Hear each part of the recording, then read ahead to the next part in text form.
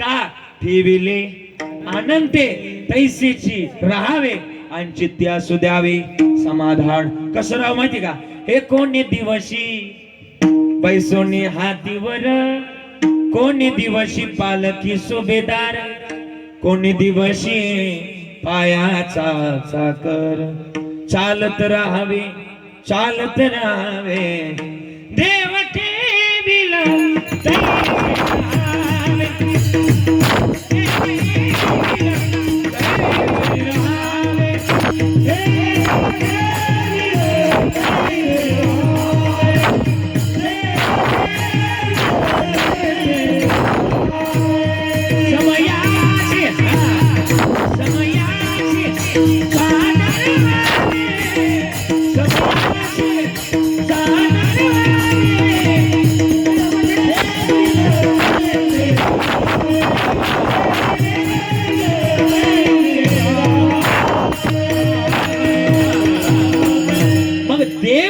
ठेवणारे तसं असावं.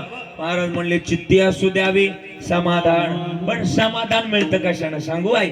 त्याचं नामस्मरण केलेलं समाधान मिळतं. आता आपण सगळेच दुःखी, कामाच्या व्यापात एवढे गुंतलोय आपण की कामातल्या व्यापामुळे आपल्याला काय मिळतंय? सुख नाही, पण जीवाला मात्र काय मिळतंय? पदोपदी बोला ना, दुःख मिळतंय. पण एवढं दुःख मिळून पण सुखाचा मार्ग एकच आहे. माणसाच्या जन्मामध्ये परमार्थ असावा. का परमार्थ असावा? अरे परमार्थ मादन जोडी देवाचे चरण वावया जतन हे उपाय लाभाचे. आम्ही आलोत ना तर परमार्थ कधी कधी कधी कधी वेळ काढावा. नाहीतर लोक म्हणतात की कळू येईल अंतकाळी, प्राण प्रयाणाची वेळ. नाही नाही, अंतकाळाला परमार्थ नका करू. आमच्या इकडे तर परमार्थ लय करतात लोक, पण त्याच्यामध्ये भाव नाही. भाव असला पाहिजे. काय काय भजने आमच्याकडचे भजने मंडळीचं सांगतो बरं का, तुमचं नाही सांगत बरं का, लय मानवना घ्यायचं कोणी. हा, आमच्या इकडचे भजने रात्रभर भजनाला जातात दीपक दादा बरं का, मामा बरं का, रात्रभर भजनाला जातात. आखी एक परातभर एक आखी ताटली एकच भजन गुळ संपवत आहे आणि एकच अभंगन एकच गवळण म्हणते घरी येत आहे. तेवढं निदान खाल्लंय तेवढं तर म्हणावं का नाही? अरे एवढं नाही. अरे आमचा देव ना, आमचा देव तसा नाही. मला वाटतं देवा जवळ आहे ना लोकांतात कर परमार्थ करण्यापेक्षा, माझ्याकडे वाक्य लक्ष द्या आई बर का, आजी ऐका, मला वाटतं आपला परमार्थ लोकांतात चांगला असण्यापेक्षा आपला परमार्थ एकांतात चांगला असावा. पटतं ना मी काय बोलतोय ते? लोक परमार्थ एकांतात नाही, लोक लोकांतात दाखवतात आणि म्हणूनच देव मिळत नाही. महाराज म्हणले देव मिळवायचा ना तर भावानं प्रेमानं देव मिळवा. आणि ज्याच्या जवळ भाव आणि प्रेम असेल ना, श्रीकृष्ण परमात्मा लांब नाही, शुद्ध ज्याचा भाव झाला दुरी नाही देव त्याला. मग भावानं देवाला मिळवायचे ना. एक काम करा, मग माझ्या बरोबर चला. पण मग जगतातलं संत म्हणतात मग आमच्या बरोबर चला, तेनेची पंथी चालू जाता न पडे गुंथा कोटे काय. मग देवच मिळवायचा आहे. मग देवाजवळ अर्थता असली पाहिजे. कोणी मिळवला देव? प्रमाण सांगू का? मीरा माता होत्या. मीरा माता आठवतात? ज्या श्रीकृष्ण परमात्म्याच्या निस्सिम भक्त बर का. एक राधा एक मीरा दोनों ने शाम को चाहा, अंतर क्या दोनों की चाह में बोलो, एक प्रेम दीवानी एक दर्श दीवानी. राधा ने मधुबन में ढूंढा, मीरा ने मन में पाया, राधा जी से को बेटी वो मोहन, मीरा ने मन में पाया. एक पगली एक गाया, अंतर क्या दोनों की प्रीत में बोलो, एक प्रेम दीवानी एक दर्श दीवानी. ती मीरा माता बरं का. आणि मीरा मातेच्या जे गाव होतं ना, जे वाडा होता ना, जो महाल होता मीरा मातेचा, त्या महालामध्ये त्या परिसरामध्ये एक वैदिन आली. तुमच्याकडे वैदिन यायची का? यायची का वैदिन? तुमच्याकडे ती बघा, तिच्याकडे काय काय असतं? सुया पिना टिकल्या फणी रबर केसावर. तीस तिला तुमच्याकडे काय म्हणतात?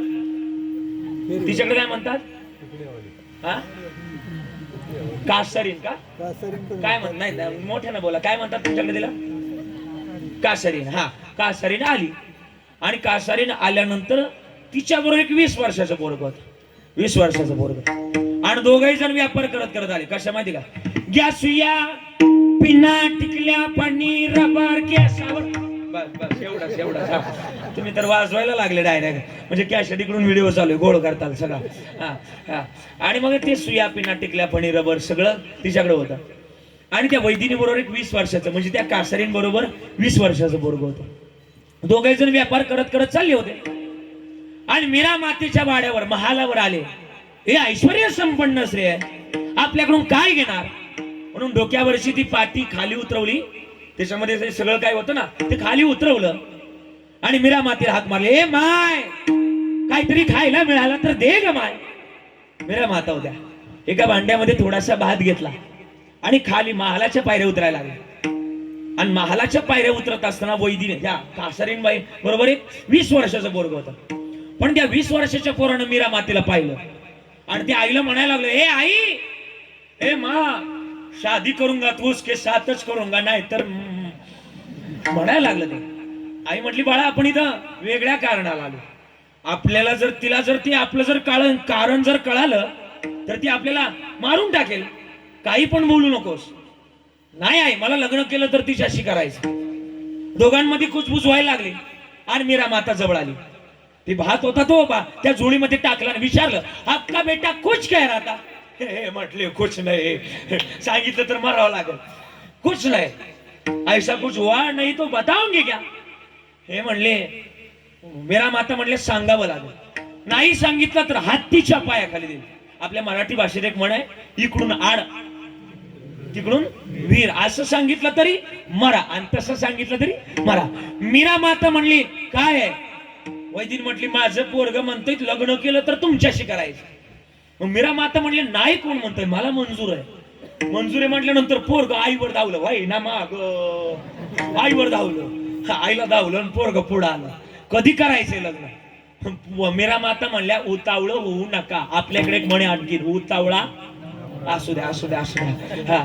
आणि मग तो म्हणला, कधी करायचंय? मीरा माता म्हणली, उतावळं होऊ नका.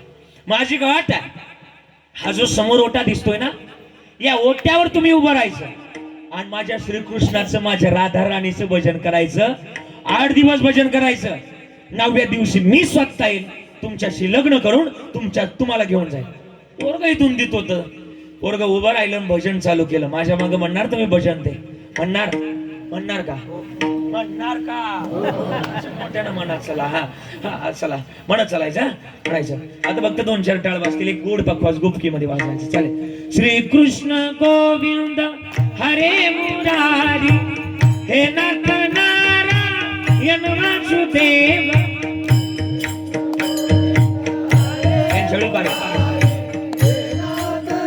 क्या बात है, वाह.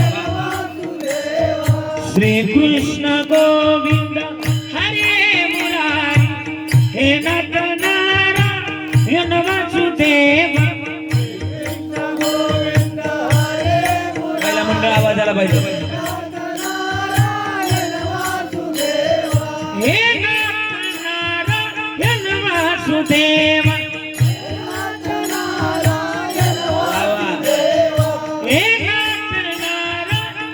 वासुदेव.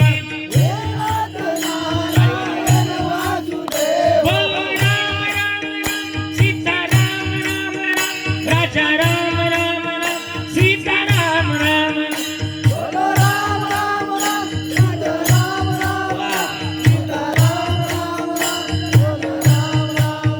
हे रघुपति राघव राजा राम, पतित पावन सीता. रघुपति राघव राजा राम, पतित पावन सीताराम. रघुपति राघव राजा राम, पतित पावन सीताराम.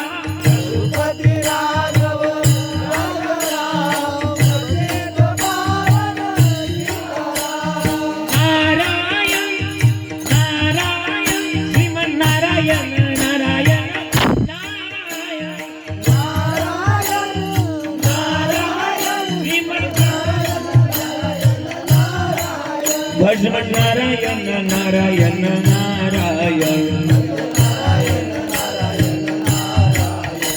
भजमन नारायण नारायण नारायण हे श्री कृष्ण गोविंद हरे हरे कृष्ण गोविंद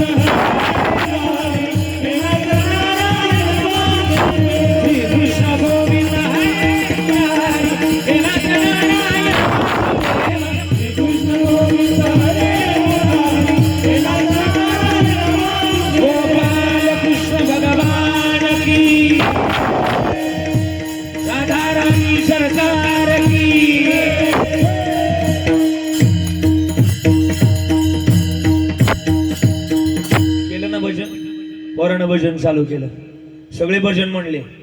माझ्या मागत ती पोरगच नाही, इथली भोजनीवाडी वेळेतले सगळे सगळे सगळे म्हणले. सगळे म्हणत असताना पोरानं भजन चालू केलं बरं का. पहिला दिवस निघून गेला, दुसरा दिवस निघून गेला, तिसरा दिवस निघून गेला. पोरगा असं 5 दिवस भजन केलं महाराज बरं का. 5 दिवसानंतर म्हणतात ना, देव पहावयाशी गेलो तेथे देवच येऊन गेलो. 6वा दिवस उगवला गेला, 7वा दिवस उगवला गेला. पोराला अन्न पाण्याचा विसर पडला आणि पोरग देवरूप झालं. 8वा दिवस उगवला गेला आणि 9व्या दिवशी लग्नाची बोली होती, बरोबर ना. मीरा मातेनं लग्नाची बोली केली होती. आणि मग 9वा दिवस उगवला गेला आणि मीरा माता तो लग्नात एकमेकाला जो हार घालतात ना, तो हार घेऊन आले. ओ उठा, आपल्याला लग्न करायचं. पोरग म्हणलं, कोण तुम्ही, तुम्हाला मी ओळखत नाही. हा 8 दिवसापूर्वी तर तुम्ही म्हणत होते लग्न केलं तर तुमच्याशी करायचं, मग आज झालं काय? पोरग म्हणला, वेडे झालात तुम्ही, वेडे झालात तुम्ही, माझं लग्न झालंय. मीरा माता म्हणली, कोणाशी? पोरग म्हटलं, कधी न मारणाऱ्या नवऱ्याशी, म्हणजे श्रीकृष्ण परमात्म्याशी माझं लग्न झालंय. एवढं उत्तर ऐकलं, विको कमी करून आवाज, एवढं उत्तर ऐकलं आणि पोरग खरं तर त्या ठिकाणी देवरूप झालं. माझा सांगण्याचा मुद्दा हा की जर तुमच्या जीवनात जर तुमचं भजन असेल तर तुम्ही देवरूप झाल्याशिवाय राहणार नाही. आणि देव एकमेव गोष्ट अशी की आपलं पद आपल्या दासाला देतो. तुझे खरं तर महाराज म्हणले ना, तुझ्यासारखा उदार जगात कोण नाही का, तू जायसा कोण उदाराची राशी, आपुलीची पद दिशी दासा. किंवा राम म्हणता रामची होईचे, पदी बैसवणी पदवी घ्यायचे. एवढा उदार येतो. मग किती उदार आहे? विटेवरी जाची पावले समा